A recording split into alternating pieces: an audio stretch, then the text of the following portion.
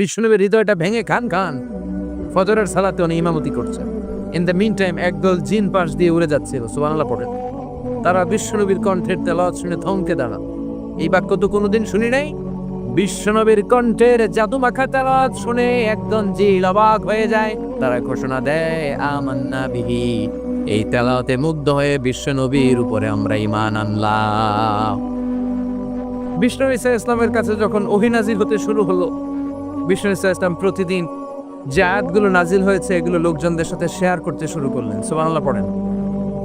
বিশ্বনবী অলওয়েজ এগুলো শেয়ার করতেন। যাই নাজিল হতো শেয়ার করতেন। সকালে নাজিল হলে দুপুরবেলা শেয়ার করতেন, দুপুরে নাজিল হলে রাত্রিবেলা শেয়ার করতেন। এভাবে বিশ্বনবীর কাজে ছিল শেয়ার করা, সুবহানাল্লাহ পড়েন। যে আয়াতই নাজিল হতো বিশ্বনবী পৌঁছে দিতেন, কারণ এটাই বিশ্বনবীর ডিউটি, এটাই দায়িত্ব।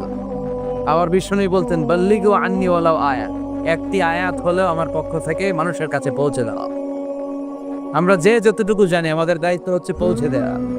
যে জানে বেশি তার দায়িত্ব বেশি, যে জানে কম তার দায়িত্ব কম। কেউ শুধু সূরা ফাতিহা জানে, সে সূরা ফাতিহার দাওয়াত দিবে। কেউ শুধু জানে লা ইলাহা ইল্লাল্লাহ, সে শুধু লা ইলাহার দাওয়াত দিবে, ঠিক কি না? দাওয়াত দেওয়ার কাজ সবার, নাকি শুধু মিজানুর রহমান আজারি? হ্যাঁ, সবার। যে যতটুকু জানে তার ততটুকু। বাল্লিগ মা উনজিলা ইলাইক। নবী, আপনার কাছে যা নাজিল হয় সব আপনি পৌঁছে দেন। বিশ্বনবীও যা নাজিল হয় পৌঁছে দিতে শুরু করলেন, যাই নাজিল হয় পৌঁছে দিতে শুরু করলেন। কিন্তু হঠাৎ করে এই ওহী নাজিল হওয়ার ধারাবাহিকতা বন্ধ হয়ে স্টপ। ওহী আর আসা, কোনো বর্ণনায় 15 দিন, কোনো বর্ণনায় 1 মাস, কোনো বর্ণনায় 3 মাস, কোনো বর্ণনায় 6 মাস বিশ্বনবীর কাছে ওহী আসা বন্ধ ছিল। কোনো ওহী নাই, আকাশ থেকে কোনো রেভেলেশন নাই। প্রফেট সাল্লাল্লাহু আলাইহি ওয়াসাল্লাম হি ওয়াজ স্টার্টেড টু মিসিং ওয়াহি। বিশ্বনবী ওহীকে মিস করতে লাগলেন। কিরে ওহী আসে না কেন? কোনো ওহী আসে না। কাফের মুশরিকরা দেখে যে বিশ্বনবী আর নতুন কোনো আয়াত বলতে পারে না, নতুন কোনো কথা নিয়ে দাওয়াত দিতে পারে না। তারা বলতে আরম্ভ করলো, মুহাম্মদের আল্লাহ মুহাম্মদের ভুলে গেছে, মুহাম্মদের রব মুহাম্মদকে ছেড়ে দিয়েছি। বিশ্বনবীর চাচি উম্মে জামিল বলতে শুরু করলো, মুহাম্মদ তোমার শয়তান তোমার কাছে আসে না। না, শয়তান দ্বারা উম্মে জামিল সাইয়েদনা জিবরাইল আলাইহিস সালামকে বুঝিয়েছে।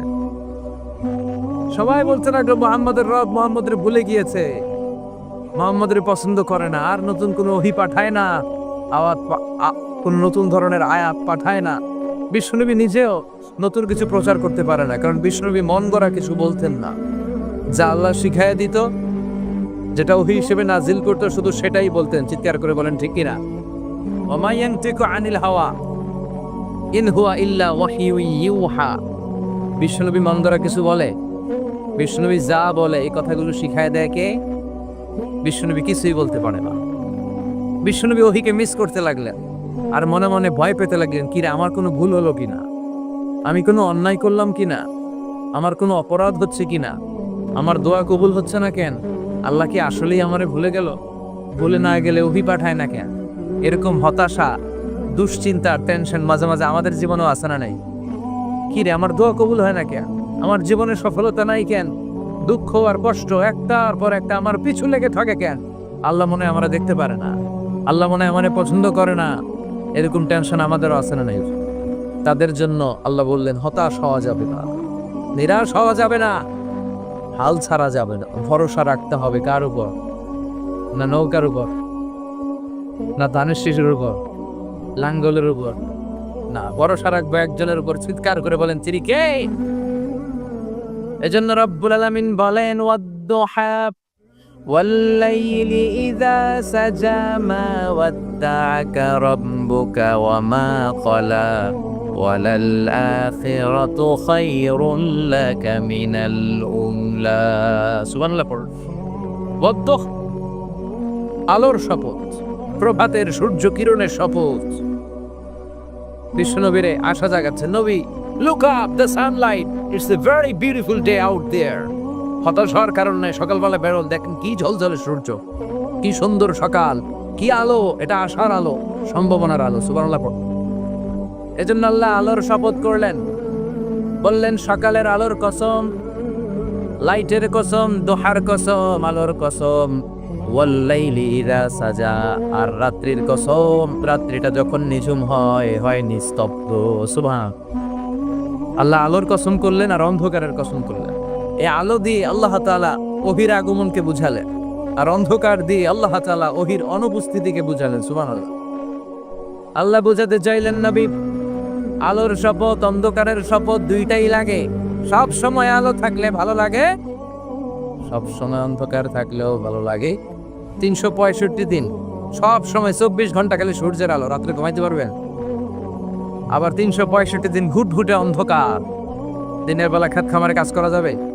তার মানে আলোরও দরকার, অন্ধকারেরও।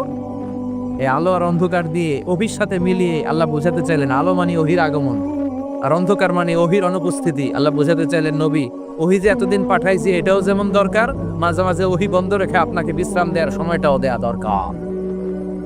মা ওয়াদ্দাআকা রাব্বুকা ওয়া মা খালা, ও নবী আপনার রব আপনারে ভুলে যায় নাই, আপনার উপর অসন্তুষ্ট হয় নাই। যেমন কাফেররা বলে, মুশরিকরা বলে, আপনার চাচি যেমনি আপনারে গালি দেয়, কাফের মুশরিক যেমনটা গালি দেয় তেমনটা আপনি ভাববেন না।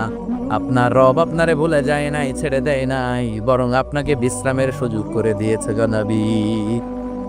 ওহি বন্ধ রেখে বিশ্রামের সুযোগ দেয়া হয়েছে। সবসময় ওহি নাজির হলে আপনি সহ্য করতে পারবেন না, কারণ কোরআনের এই ওহির আলাদা একটা পাওয়ার আছে না নাই? সূর্যের যেমনি আলো আছে, কিরণ আছে, ওহিরও কিরণ আছে, এটার পাওয়ার আছে। আল্লাহ ওহিকে নাম দিয়েছে ইন্না সানুলকি আলাইকা কওলান সাকিলা। এটা একটা ভারী বাণী, এটা হালকা কোনো কথা নয়। কারণ এই কথাগুলো কার? আসতে বলবেন না, চিল্লায় বলেন কার? এটা আল্লাহর বাণী, এটা অনেক ওজনওয়ালা। ওহির ওজন আছে। বিশ্বনবীর কাছে যখন শীতের রাতে ওহি আসতো, মা আয়েশা বলতেন হাত্তা লা ইয়াতাফাসসাদু জাবিনহু আরাকান।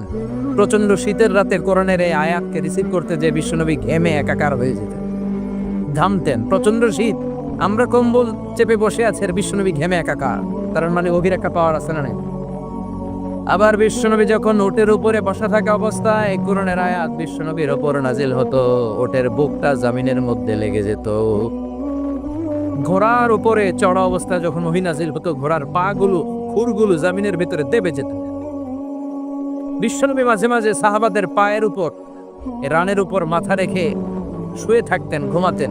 যায়েদ বিন হারেসা রাদিয়াল্লাহু তাআলা আনহুর রানে বা পায়ে মাথা রেখে বিশ্বনবী একবার ঘুমিয়ে গেল। ঘন্টাখানেক ঘুমিয়ে আছে, যায়েদ বিন হারেসা টেরই পায় নাই বিশ্বনবীর মাথার আর কতটুকু ওজন। একটু পর তিনি বললেন, বিশ্বনবী চোখ খুললেন, ঘুম থেকে জাগলেন, কিন্তু শুয়েই রইলেন। হঠাৎ শুয়ে থাকা অবস্থায় তার উপর ওহী নাজিল হতে শুরু করল। যায়েদ বিন হারেসা বলে, আমার মনে হচ্ছে আমার পায়ের হাড়টা ফেটে টুকরা টুকরা হয়ে যাবে, আমার রান ফেটে খান খান হয়ে যাবে। তার মানে ওহির একটা পাওয়ার আছে না নাই? আল্লাহ বোঝাতে চাইলেন নবী, ওহি বন্ধ রেখেছি আমি ইচ্ছা করে। অতিরিক্ত প্রেসার আমি আপনারে দিতে চাই না। বারবার বারবার ওহি রিসিভ করলে আপনার স্নায়ু এটা সহ্য করতে পারবে না, ওহির পাওয়ার আপনার দেহ নিতে পারবে না। তাই ইচ্ছা করে বিশ্রামের সুযোগ দিয়ে ওহি বন্ধ করে দিলাম। সুবহানাল্লাহ পড়ে। মা ওয়াদ্দাআকা রাব্বুকা ওয়া মা ক্বালা। আপনার রব আপনারে ভুলে যায় নাই, তিনি আপনার উপর অসন্তুষ্ট হয় নাই। নবী জেনে রাখেন, ওয়ালাল আখিরাতু খায়রুল লাকা মিনাল উলা। আখিরাত এই দুনিয়ার চেয়ে আপনার জন্য শ্রেষ্ঠ। সুবহানাল্লাহ পড়ে। কিন্তু আমরা দুনিয়া দুনিয়া নিয়ে ব্যস্ত। হ্যাঁ, আমাদের লাইফস্টাইল দেখে মনে হয় যে আমরা এই দুনিয়া থেকে যাবই না কোনোদিন, আজীবন থাকার জন্য আসছে, কেউ আমাদের নিতে পারবে না। এই এলাকা আমার, ক্ষমতা আমার, বাড়ি আমার, গাড়ি আমার, দাপট আমার, সব আমার। এরকম আছে না নাই? কিন্তু আসলে কি আজীবন থাকতে আসছি? দাদা চলে গেল, বাবা গেল, মামা গেল, আপনি যাবেন না? না, হ্যাঁ যাবেন, চলে যেত, মাটির কবরে ঢুকতে হবে। আল্লাহ সেটাই বললেন, ওয়ালাল আখিরাতু খায়রুল লাকা মিনাল উলা। ও নবী, আখিরাত এই দুনিয়ার চেয়ে শ্রেষ্ঠ। আরেক আয়াতে বললেন, আখিরাত দুনিয়ার চেয়ে শ্রেষ্ঠ এবং স্থায়ী। ঠিক কিনা? বাল তুসিরুনাল হায়াতাদ দুনিয়া ওয়াল আখিরাতু খায়রুন ওয়া আবকা। তোমরা দুনিয়ার জীবন নিয়ে পড়ে থাকো, কিন্তু আখিরাত শ্রেষ্ঠ, আখিরাত স্থায়ী। ঠিক কিনা? কবরে যেতেই হবে, পরকালে পারে জমাতেই হবে, বাঁচার কোনো উপায় নাই। চিৎকার করে বলেন ঠিক কিনা? মাইকম্যান কোন দিকে বসা? হ্যাঁ, সাউন্ডটা আরেকটু স্ট্রং করতে হবে, আমার অনেক চিল্লানো লাগতেছে। সাউন্ডটা আর একটু স্ট্রং কর, খুব দুর্বল সাউন্ড। মাইক পেন নাই, মাইক তে তো কোথায়? হ্যাঁ, একটু স্ট্রং করেন, একটু স্ট্রং করেন। এই জন্য পরে আমাদেরকে যেতে হবে। বিষ্ণুবীর আল্লাহ বুঝালেন, ওয়ালাল আখিরাতু খায়রুল লাকা মিনাল উলা। দুনিয়াটা স্থায়ী নয়, স্থায়ী কোনটা? আখিরাত। চিল্লায় বলেন, স্থায়ী কোনটা? এই দুনিয়ার জীবনের দৃষ্টান্ত হচ্ছে 4টা স্বর্ণের টুকরা আর 3টা লাশের মতো। স্বর্ণের টুকরা কয়টা? লাশ কয়টা? বনি ইসরায়েলের জামানায় 3 বন্ধু রিজিকের অনুসন্ধানে বের হয়েছে যে তারা কাজ করে ভাগ্যের পরিবর্তন ঘটাবে। পথিমধ্যে তারা একটা গুপ্তধন পেয়েছে, বিশাল বড় গুপ্তধনের বাক্স। খুলে দেখে বড় বড় 4টা স্বর্ণের টুকরা। চিল্লায় বলেন, কয়টা? এবার 3 বন্ধু তো মহা খুশি, আঙ্গরে পায় কে? স্বর্ণের টুকরা পাইছে, আজীবন খেয়ে পরে আমরা জীবন শেষ করে দেব। তো 3 বন্ধু মিলে ভাগ বটোয়ারা করবে। একজন বলল, পেটে প্রচন্ড ক্ষুধা লেগেছে, একজন বাজারে যা, বাজারে যে কিছু খাবার নিয়ে আয়, খেয়ে দেওয়ার পরে ভাগ করি। একজনের বাজারে পাঠিয়েছে, আর 2 বন্ধু মনে মনে ভাবে, একজন আরেকজনের বলে, যেটারে বাজারে পাঠাইলাম ওটারে যদি মাইরা ফেলতে পারি তাহলে তার ভাগ বটোয়ারার দরকার নাই। স্বর্ণের টুকরা 4টা, তুই নিবি 2টা, আমি নেব 2টা। যে বাজার থেকে রুটি কিনতে গিয়েছে সে মনে মনে ভাবে, রুটির মধ্যে যদি বিষ মাখানো যায়, আরে বিষ মাখানো রুটি যদি এই 2টারে খাওয়ানো যায়, তাই এমনি সবগুলাই আমার। তো যেই চিন্তা ওই কাজ, সে রুটির মধ্যে বিষ মাখিয়ে নিয়ে এসেছে। আর ওই 2 জন আগে থেকে রেডি, ওইটারে আইলি সাইজ। আসার সাথে সাথে 2 জন মিলে ওই বন্ধুরে সাইজ করে ফেলছে। কিলাইতে ঘুষাইতে শেষ, ওটারে দুনিয়া থেকে বিদায়। এবার একজন কয়, এটারে তো মারলাম, অনেক ক্ষুধা লেগে গেছে, চল খাইয়া লই। কি করি? এবার বিষ মাখানো রুটি খেতে শুরু করেছে। বিষ মাখানো রুটি খেয়ে এই 2টাও শেষ। 3টা লাশ পড়ে আছে, 4টা স্বর্ণের টুকরা পড়ে আছে। এটাই হচ্ছে দুনিয়ার জীবনের দৃষ্টান্ত, যে দুনিয়ার জন্য আমরা পাগল। এই দুনিয়াটা একটা মোহ, একটা মায়াজাল, একটা মরিচিকা। এই লোভের পেছনে আমরা ছুটছি। এই মহাচ্ছন্ন দুনিয়াটাকে ছেড়ে দিয়ে আমাদেরকে কবরের জীবনের দিকে পাড়ি জমাতে হবে। চিল্লায় বলেন, ঠিক কিনা? একদিন মাটির ভেতরে হবে ঘরে মন আমার, কেন বান্ধ দালান ঘর? প্রাণ পাখি উড়ে যাবে পিঞ্জর ছেড়ে, ধরা দামে সবই রবে, তুমি যাবে চলে। বন্ধু বান্ধব যত, মাতা পিতা দ্বারা সুত, সবই হবে তোমার পরে মন আমার, কেন বান্ধ দালান ঘর? একদিন মাটির ভেতরে হবে ঘরে মন আমার, কেন বান্ধ দালান ঘর? ঠিক কিনা? চলে যাওয়া লাগবে। এজন্য রাব্বুল আলামিন বলেন, ওয়ালাল আখিরাতু খায়রুল লাকা মিনাল উলা। ও নবী, দুনিয়ার জীবন স্থায়ী নয়, দুনিয়ার জীবনটা শ্রেষ্ঠ জীবন নয়, আখিরাতের জীবন হলো শ্রেষ্ঠতম জীবন। ঠিক কিনা? এজন্য ওরা আপনারে গালমন্দ করবে, ওরা আপনারে বলবে আপনি পাগল, ওরা আপনারে বলবে আপনি কাহেন মানে গণক, ওরা আপনারে বলবে আপনি কবি, ওরা আপনারে গালি দেয়, আর ওরা আপনারে বলতে চায় আপনি হচ্ছেন লেস কাটা। বিশ্বনবীর ওরা কি বলে গালি দেয়? আল্লাহ বলে, ইন্না শানিয়াকা হুয়াল আবতা। যারা আপনারে গালি দেয় ওরাই লেস কাটা। বিশ্বনবীর কোনো ছেলে সন্তান ছিল না, এজন্য কাফির মুশরিকরা বলতো মুহাম্মদ লেস কাটা, মুহাম্মদের নাম নেয়ার মতো কেউ থাকবে না। আল্লাহ বললেন, নবী ওদেরকে বলে দেন, ওদের নাম নিশানায় আমি মুছে দিব। চিৎকার করে বলেন, ঠিক কিনা? গোটা বিশ্বব্যাপী বিশ্বনবীর নাম আছে না নাই? ওয়ারাফা'না লাকা যিকরাক, ওয়ারাফা'না লাকা যিকরাক। যেখানে আল্লাহর নাম ওখানে আমার নবীর নাম আছে না নাই? আজানে বিশ্বনবীর নাম আছে না নাই? একামতে বিশ্বনবীর নাম আছে না নাই? সালাম ফিরানোর আগে দুরূদ ইব্রাহিম যে পড়ি ওখানে বিশ্বনবীর নাম আছে না নাই? সব জায়গায় বিশ্বনবীর নাম আছে না নাই? আল্লাহর নাম যেখানে বিশ্বনবীর নাম। আবার লা ইলাহা ইল্লাল্লাহর পর বিশ্বনবীর রিসালাতের ঘোষণা আছে না নাই? তার মানে আল্লাহ আছে যেখানে, নবীর নামও। রাফা'না লাকা যিকরাক, নবী আপনার শান মানকে আমি উচ্চকিত করেছি, আমারও নাম যেখানে আপনিও থাকবেন সেখানে। চিল্লায় বলেন, ঠিক কিনা? এরপর আল্লাহ বললেন, ওয়ালা সাউফা ইউতিকা রাব্বুকা ফাতারদা। ও ও নবী, অচিরে এমন এমন জিনিস আপনারে দান করব, এগুলো পেয়ে আপনি খুশি হয়ে যাবেন। সুবহানাল্লাহ। প্রথমে বললেন ওয়ালাল আখিরাতু খায়রুল লাকা মিনাল উলা, the hereafter is far better for you from this দুনিয়া। ও নবী, দুনিয়া থেকে আখিরাত অনেক উত্তম। ওয়ালা সাউফা ইউতিকা রাব্বুকা ফাতারদা, and sooner verily I'm gonna give you something which will make you happy. আমি এমন এমন জিনিস আপনারা দান করব, আপনি খুশি হয়ে যাবেন। সুবহানাল্লাহ পড়েন। বিশ্বনবীরে সবসময় খুশি রাখার দায়িত্ব কার? এজন্য বিশ্বনবীর উপাধি আল্লাহ দিয়েছেন হাবিবুল্লাহ। কি দিয়েছেন? হাবিব। আর সাইয়েদনা ইব্রাহিমকে ডেকেছেন খালিল বলে। কি বলে? খালিল মানেও বন্ধু, হাবিব মানেও বন্ধু। কিন্তু খালিল মানে এমন বন্ধু যে বন্ধু আল্লাহরে খুশি করার জন্য কাজ করে, আর হাবিব মানে এমন বন্ধু যেই বন্ধুরে খুশি রাখার জন্য আল্লাহ নিজেই কাজ করে। কার দাম বেশি? হাবিবের দাম বেশি। চিৎকার করে বলেন ঠিক কিনা?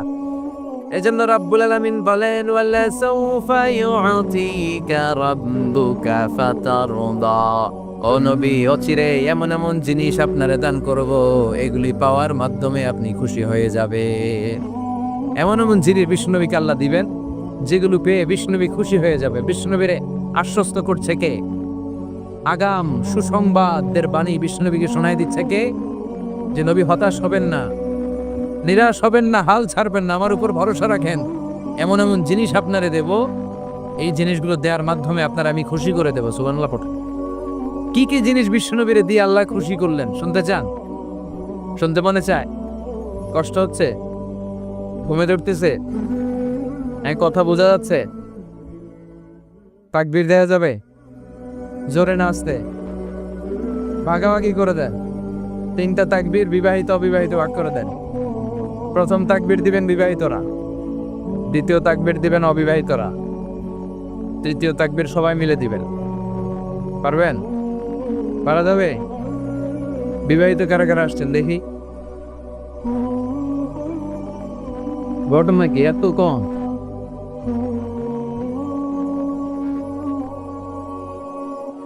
এত সংখ্যায় অনেক কম। আপনাদের দলে আমিও আছি ইনশাআল্লাহ। হাত নামান। অবিবাহিত কারা কারা দেখি?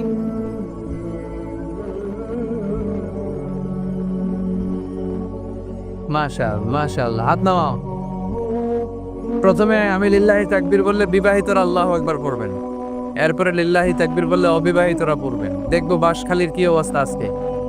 বাঁশখালীতে বিবাহিতদের জোর বেশি না অবিবাহিতদের জোর বেশি? সকলের জোর বেশি। মাশাআল্লাহ। শুরুতে বিবাহিতরা তাকবীর পড়বেন, আমি পড়বো লিল্লাহি তাকবীর, আপনারা আল্লাহু আকবার। করা যাবে? বিবাহিতরা রেডি? দেখি কি অবস্থা। কাশি দেওয়া লাগবে? ঠিক আছে, বিবাহিতরা পড়েন লিল্লাহি তাকবীর। অনেক চেষ্টা করছে ওনারা, আলহামদুলিল্লাহ। এবার অবিবাহিতরা, হ্যাঁ, গলা দাঁড় দিতেছে। মাশা, অবিবাহিতরা রেডি? করা যাবে? হ্যাঁ ইনশাআল্লাহ। এবার অবিবাহিতরা তাকবীর পড়ো লিল্লাহি তাকবীর। একেবারে দেখাই দিছে মাশাআল্লাহ। এবার সবাই মিলে 3টা পারা যাবে? পড়েন লিল্লাহি তাকবীর, লিল্লাহি তাকবীর, লিল্লাহি তাকবীর। আল্লাহ তাকবীরগুলোকে তুমি কবুল করো, মিজানের পাল্লায় উহুদ পাহাড়ের সমান ভারী করে দিও। আজীবন যেন তোমার নামে তাকবীর পড়তে পারি, তুমি তৌফিক দাও। ওয়ালা সাউফা ইউতিকা রাব্বুকা ফাতারদা। নবী, অচিরে এমন এমন জিনিস আমি আপনাকে দান করব, আপনি খুশি হয়ে যাবেন। সুবহানাল্লাহ পড়েন। কি কি জিনিস দিয়ে বিশ্বনবীর আল্লাহ খুশি করলেন দেখেন। আল্লাহর কাজই হচ্ছে বিশ্বনবী যেখানে মন খারাপ, বিশ্বনবীর যেখানে হতাশ অবস্থা, ওইখানে এমন জিনিস বিশ্বনবীকে আল্লাহ দিয়ে দেন, ফলে বিশ্বনবী খুশি হয়ে যান। নাম্বার 1, মাক্কি জীবনে বিশ্বনবী দেখলেন যে দাওয়াতি কাজের অগ্রগতি হচ্ছে না। বিশ্বনবী খুব ভালো অ্যানালাইসিস করতে পারতেন। কি করতে পারতেন? বিশ্লেষণ। উনি অ্যানালাইসিস করলেন, দেখলেন যে মক্কার ভেতরে 2 জন লোকের একজন যদি ইসলামের ভেতরে না আসে, তাহলে ইসলামের কাজকে এগিয়ে নেওয়া কঠিন হয়ে যাবে। তিনি আল্লাহর কাছে কেঁদে কেঁদে দোয়া করলেন, আল্লাহ আল্লাহুম্মা আইজ্জাল ইসলাম বি আহাব্বি আর রাজুলাইনি ইলাইক। আল্লাহ দুইজন লোকের নাম বলবো, এই দুইজনের একজনকে তুমি কালেমার ছায়াতলে এনে ইসলামকে শক্তিশালী করে দাও। বি আবি জাহেল ইবনে হিশাম ও ওমর ইবনুল খাত্তাব, ভাই আবু জাহেল রে তুমি ইসলামের ভিতরে ঢুকাও, নয় ওমর ইবনে খাত্তাবের বেটা ওমরকে তুমি ইসলামের ভিতরে ঢুকাও।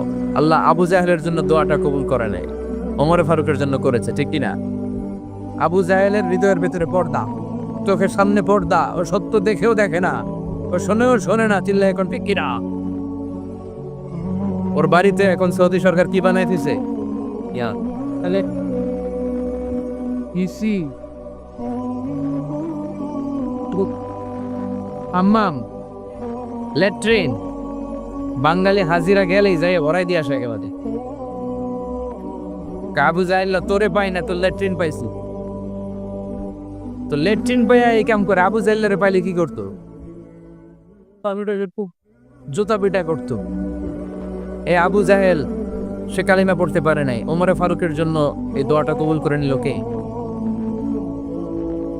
বিশ্বনবী রাতের বেলা কেঁদে কেঁদে দোয়া করলেন, আল্লাহুম্মা আইজ্জাল ইসলাম বিহাব্বির রাজুলাইনি ইলাই। আল্লাহ আপনার কাছে যারে ভাল লাগে দুইজনের একজনকে আপনি ইসলামের ভিতরে ঢুকা। আল্লাহ ওমরে ফারুকের জন্য দোয়া কবুল করলেন। বিশ্বনবী তখন আরকাম ইবনে দারিল আরকামের ঘরে লুকিয়ে লুকিয়ে দাওয়াতি কাজ করতেন। ওমরে ফারুক খোলা তলোয়ার নিয়ে ছুটে এসেছে বিশ্বনবীকে মারার জন্য, ছুটে আসছে। এই দৃশ্য দেখে হামজা ইবনে আব্দুল মুত্তালিব বিশ্বনবীর কাছে যেয়ে বলে, ইয়া রাসূলুল্লাহ পালিয়ে যান, ওমরে ফারুক আসতেছে আপনাকে মারার জন্য। বিশ্বনবী বললেন, হামজা আপনি সরে যান, অন্যান্য সাহাবাদেরকেও সরে যেতে বলেন, ওমরকে আমার কাছে আসতে দেন। আমার মনে হয় ওই যে রাতের বেলা চোখের পানি ছেড়ে আমি আল্লাহর কাছে দোয়া করেছি, আমার ওই দোয়াটা আজকে কবুল হতে চলেছে। ওমরে ফারুক আসলেন, এসে তলোয়ারটা রেখে বলেন, আশহাদু আল্লাহ ইলাহা ইল্লাল্লাহ ওয়া আশহাদু আন্নাকা মুহাম্মাদুর রাসূলুল্লাহ। আমি সাক্ষ্য দিলাম আল্লাহ ছাড়া কোনো ইলাহ নাই, আর আপনি আল্লাহর প্রেরিত বান্দা ও রাসূল। আল্লাহু আকবার। ওমরে ফারুক ইসলামের ভেতরে ঢুকে গেলেন, বিশ্বনবী খুশি হয়ে গেলেন, আল্লাহু আকবার। বলা সাউফা ইয়াতিকা রাব্বুকা, ও নবী এমন এমন জিনিস আপনাকে আমি দিব, আপনি খুশি হয়ে যাবেন। ওমরে ফারুককে ঢুকাই দিলেন ইসলামে। খুশি হয়ে গেল কে? কয় আল্লাহ। কে খুশি হইল? বিশ্বনবী খুশি হয়ে গেল। ওমরে ফারুক ইসলামের ঢুকার সাথে সাথে ইসলামের সত্যিকে বাড়িয়ে দিল কে? ওমরে ফারুক কালিমা পড়ার পরে বিশ্বনবীর বলে, নবী লুকিয়ে লুকিয়ে দাওয়াত দেন কেন? আলাইসাল কোরআনু কিতাবুন হাক, এই কোরআন কি সত্য কিতাব নয়? বিশ্বনবী বললেন, কোরআন সত্য কিতাব। আলাইসা আনতা রাসূলুন হাক, আপনি কি সত্য রাসূল নন? আমিও সত্য রাসূল। আলাইসাল্লাহু ইলাহুন হাক, আমাদের আল্লাহ কি এক ইলাহ, সত্য ইলাহ নয়? বিশ্বনবী বললেন, আল্লাহ সত্য। ওমরে ফারুক বলে, আমাদের কোরআন সত্য, আপনি নবী সত্য, আমাদের রব সত্য। ফাফিমাল ইখতিফা, তাহলে আর লুকিয়ে লুকিয়ে কেন? ফাফিমাল ইখতিফা, আর গোপন দাওয়াত কেন? বাইরে বের হয়ে পড়েন। আমি ওমরে ফারুক, আমার নেতৃত্বে আমি তাকবীর দেব। দুই কাতার করলেন। দ্বিতীয় কাতারের নেতা বানালেন হামজা ইবনে আব্দুল মুত্তালিবকে। প্রথম কাতারের নেতা নিজেই আরেকটা ভাষণ দিলেন, মান আরাদান তাসকুলা উম্মু ইয়াতামা ওয়ালাদু তারমিলা যাওজাতুহু ফালিয়াসুদ্দানি। তিন বাক্যের একটা ভাষণ দিলেন, বললেন, মান আরাদান তাসকুলা উম্মু, কে আছো মায়ের বুককে খালি করতে চাও? ইয়াতামা ওয়ালাদু, কে আছো সন্তানগুলার ইয়াতীম বানাতে চাও? তারমিলা যাওজাতুহু, কে আছো স্ত্রীকে বিধবা বানাতে চাও? ফালিয়াসুদ্দানি, পারলে আমি খাত্তাবের বেটা ওমর রে ঠেকাও। আল্লাহু আকবার বলে স্লোগান দিলেন। এই স্লোগানের আওয়াজ মক্কায় আর আগে হয় নাই। উনি পড়লেন লিল্লাহি তাকবীর, সবাই পড়লো, স্লোগান শুরু। হাঁটতে লাগলেন, চলতে লাগলেন, হাতের সাথে হাত লাগিয়ে এই মক্কার জমিনে প্রকাশ্যে তাকবীর শুরু। আবু জাহেল, উতবা, শাইবা, ওয়ালিদ ইবনে মুগিরা সবাই ওমরে ফারুকের সামনে এসে দিছে দৌড়। মিছিল থেকে বের হইছে, আইসে দেখে সামনে কে? ওমরে দেখে দৌড়। ওমরে ফারুকের এমন হাইবাত ছিল, মুশরিকরা ভয় পেত, মুনাফিকরা ভয় পেত, এমনকি শয়তান ওমরে ফারুকরে দেখলে ভয় পেত। বিশ্বনবী বলছেন, ওমর মা সালাকা শয়তান সালিকান ফাজ্জান ইল্লা সালাকা ফাজ্জান গায়রা ফাজ্জিক। ওমর, তোমারে যদি শয়তান কোন রাস্তা দিয়ে হাঁটতে দেখে, শয়তান ওই রাস্তা রেখে দিয়ে অন্য রাস্তা দিয়া। আবার বিশ্বনবী বলছেন, লা নাবিয়্যা বা'দি ওয়ালা রাসূলা, আমার পরে কোনো নবী নাই, কোনো রাসূল নাই, তবে আমার পরে যদি কেউ নবী হতো, নবী হওয়ার যোগ্যতা যদি কারো থাকে, আমার ওমরের সেই যোগ্যতা আছে। বাবু তুমি বলেছ রাসূল দেবে না, বলনি দেবে না ওমর, বলনি দেবে না হামজা তারি, খালদি বিজয়ী সমর, প্রভু তুমি বলেছ রাসূল দেবে না। বলনি দেবে না ওমর, বলনি দেবে না হামজা তারি, খালিদি বিজয়ী সমর, প্রভু তুমি বলেছ রাসূল দেবে না। সুবহানাল্লাহ পড়ো। ওমরে ফারুক কালেমার ছায়াতলে এসে ইসলামকে শক্তিশালী করলো, আর বিশ্বনবী খুশি হয়ে গেলেন। সুবহানাল্লাহ পড়ো।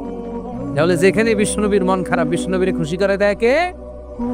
তার মানে 1 নাম্বার, ওমরে ফারুককে ইসলামের ছায়াতলে এনে বিশ্বনবীকে আল্লাহ খুশি করে দিলেন। 2 নাম্বার, বিশ্বনবী মক্কা থেকে 70-80 কিলোমিটার দূরে তায়েফের ময়দানে কোরআনের দাওয়াত নিয়ে গেলেন, লা ইলাহা ইল্লাল্লাহর দাওয়াত নিয়ে গেলেন। তায়েফবাসীদেরকে জান্নাতি বানানোর জন্য, জাহান্নামের আগুন থেকে বাঁচানোর জন্য কালিমার দাওয়াত নিয়ে গেলেন। কিন্তু বিশ্বনবীর কালেমার দাওয়াত তায়েফের লোকেরা গ্রহণ করেছে নাকি? গ্রহণ করে নাই, প্রত্যাখ্যান করেছে, রিজেক্ট করেছে। এমনকি বিশ্বনবীর উপর অমানবিক নির্যাতন করেছে, পাথর বর্ষণ করেছে। 3টা জায়গায় বিশ্বনবী বেহুশ হয়েছে। ওই জায়গাগুলো সাক্ষী, পাথরগুলো সাক্ষী।